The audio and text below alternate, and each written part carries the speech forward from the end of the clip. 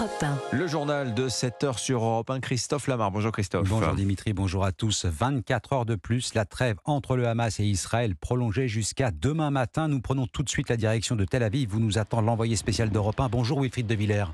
Bonjour Christophe, bonjour à tous. L'armée israélienne évoque des négociations en cours pour une prolongation de la trêve. Le Hamas confirme qu'elle va continuer, mais sur quelle base ?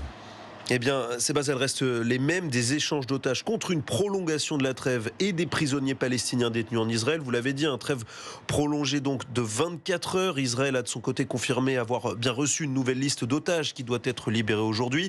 Prolongation in extremis, puisqu'elle a été actée un quart d'heure seulement avant la fin de la trêve actuelle ce matin. Ce qui laisse supposer que les négociations sont de plus en plus tendues entre l'État hébreu et le Hamas. L'organisation terroriste se disait plus tôt dans la soirée prête à un échange massif. Tous les otages israéliens encore détenus à Gaza contre l'ensemble des prisonniers palestiniens. Un scénario loin de plaire à Israël alors que des dizaines de prisonniers qu'elle détient sont à l'origine d'attaques terroristes sur son sol. La question centrale qui se pose ce matin, c'est de savoir combien de temps va durer cette trêve, combien de temps elle va tenir. Une question qui est au centre de la visite du chef de la diplomatie américaine dans la région, Anthony Blinken, qui doit rencontrer le Premier ministre Benjamin Netanyahou ce matin pour faire pression en faveur d'une prolongation de cette pause humanitaire. Enfin, un mot des otages libérés hier. On parle de 12 Israéliens, parmi eux plusieurs binationaux américains, néerlandais, russes et allemands.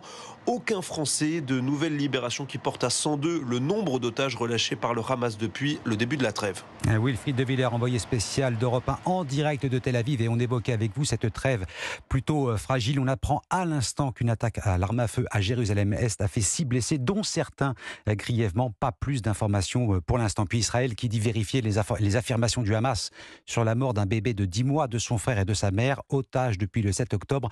Ils auraient été tués au cours d'un bombardement israélien, selon les terroristes. Démenti catégorique à ce stade de l'État hébreu. Oui, on parle du fameux petit bébé avec cette peluche rose dont vous avez très certainement déjà vu la photo.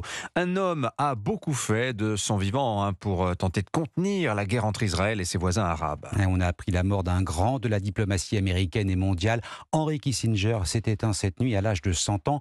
Voici ce qu'il disait le 12 octobre dernier, 5 jours après les massacres commis par le Hamas et alors que les manifestations pro-palestiniennes se multipliaient en Europe et notamment en Allemagne. C'était une grave erreur de laisser entrer autant de personnes, de cultures, de religions et de concepts totalement différents, car cela crée un groupe de pression à l'intérieur de chaque pays. Henry Kissinger à la télévision allemande le 12 octobre dernier. Parmi les réactions à l'annonce de sa disparition, l'ancien président américain George W. Bush salue l'une des voix les plus écoutées en politique étrangère. Aviva Fried, vous êtes la correspondante d'Europe 1 aux États-Unis. S'il y a bien un homme qui a incarné la diplomatie américaine, c'est lui, Henry Kissinger. Oui, Henry Kissinger fut l'un des hommes les plus puissants des États-Unis, à la fois admiré, respecté et haï. Il a su faire preuve d'un pragmatisme machiavélique à toute épreuve, posant les bases de la réelle politique américaine. Kissinger, c'est d'abord un destin, celui d'un juif allemand, fils d'instituteur, né en 1923 près de Nuremberg et qui n'a qu'à peine 15 ans lorsque sa famille fuit l'Allemagne nazie pour les États-Unis. En 1973, lorsque Richard Nixon le nomme secrétaire d'État, il déclare qu'aucun autre pays du monde n'aurait offert à un homme de son origine un tel poste. Ce grand admirateur du général de Gaulle négocie la fin de la guerre du Vietnam, ce qui lui vaudra un prix Nobel de la paix. S'inspirant de De Gaulle, qui avait réussi à faire oublier la défaite de la guerre d'Algérie, Kissinger réussit un coup de maître, le rapprochement de Washington avec Pékin et la détente avec Moscou. Il parviendra aussi à désamorcer la crise au Proche-Orient après la guerre de Kippour. Malgré ses succès, on lui reproche souvent d'avoir préféré l'ordre mondial aux droits de l'homme, mais il est toujours resté une voix très écoutée. En mai dernier, à 100 ans, il était encore à Pékin pour y rencontrer Xi Jinping. Aviva Fried, correspondante d'Europe 1 aux États-Unis. Non coupable, Éric Dupond-Moretti, relaxé hier par la Cour de justice de la République. Et remis en selle politiquement, 1 an de prison avec sursis avait été requis à son encontre pour prise illégale d'intérêt.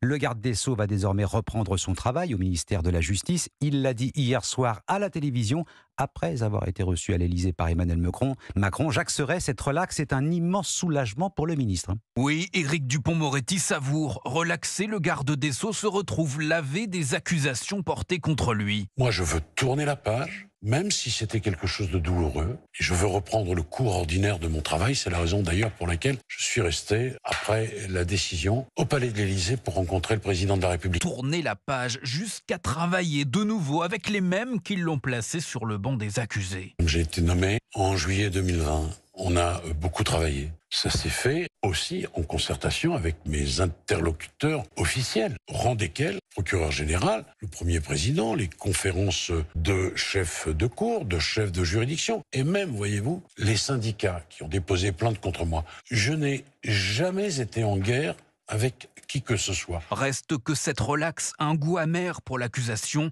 Le procureur général de la Cour de cassation étudie en détail la décision avant de se prononcer sur un éventuel pourvoi en cassation d'ici mardi. Jacques Serret du service politique d'Europe 1. Coup de théâtre aux Assises des Hauts-de-Seine à Nanterre, deuxième journée d'audience et cet aveu de Monique Olivier, l'ex-épouse de Michel Fourniret, accusée de complicité pour 3 meurtres, dont celui d'Estelle Mouzin. Eh bien, elle reconnaît tous les faits qui lui sont reprochés. Jean-Baptiste Marty, vous suivez ce procès pour Europe 1. Oui, et l'ancienne compagne de Michel Fourniret semble plus que jamais disposée à parler. Interrogée entre 2 témoins par le président, elle déclare « Je reconnais tous les faits ». Elle, d'ordinaire si silencieuse. Des aveux qui ne sont pas nouveaux mais précoces après seulement 2 jours de procès. La veille, elle avait exprimé des regrets auxquels Francis Nachbar, l'ancien procureur de Charleville-Mézières, ne croit pas. À la barre, il décrit une menteuse pathologique qui se victimise en permanence. Sourcils froncés, il s'emporte. Michel Fourniret et elle sont des monstres d'inhumanité, de perversité et de cruauté. Celle qui a partagé 16 ans de vie commune avec l'ogre des Ardennes se prend le visage dans les mains devant un public médusé par l'intensité des échanges. Elle assure que Michel Fourniret l'a utilisé comme un objet, niant tout pacte criminel. Un mensonge pour Francis Nachbar. De tous ces meurtres, elle jouissait par procuration, s'emporte-t-il à nouveau. Lui en est sûr, la femme de 75 ans sait où se trouvent les corps d'Estelle Mouzin et de Marie-Angèle de Metz. Jean-Baptiste Marty. Et puis c'est fait, les Alpes françaises organiseront, c'est presque à 100%, les Jeux Olympiques d'hiver 2030. Ces Jeux vont faire rayonner la France et sa montagne, se réjouit Emmanuel Macron. À quel prix ? Pas trop cher, promis, répondent en chœur les régions Auvergne-Rhône-Alpes et Provence-Alpes-Côte d'Azur. 1,7 milliard. C'est le budget réduit puisque la plupart des infrastructures existent déjà. C'est ce qui d'ailleurs a fait pencher la balance, Antoine Bienvaux. Oui, et notamment les pistes de Courchevel et Méribel. Elles ont reçu les championnats du monde de ski alpin l'an dernier et font partie des plus prestigieuses au monde. Les épreuves de luge, de skeleton et de bobsleigh devraient se dérouler sur la piste de La Plagne, construite pour les Jeux Olympiques de 92 à Albertville.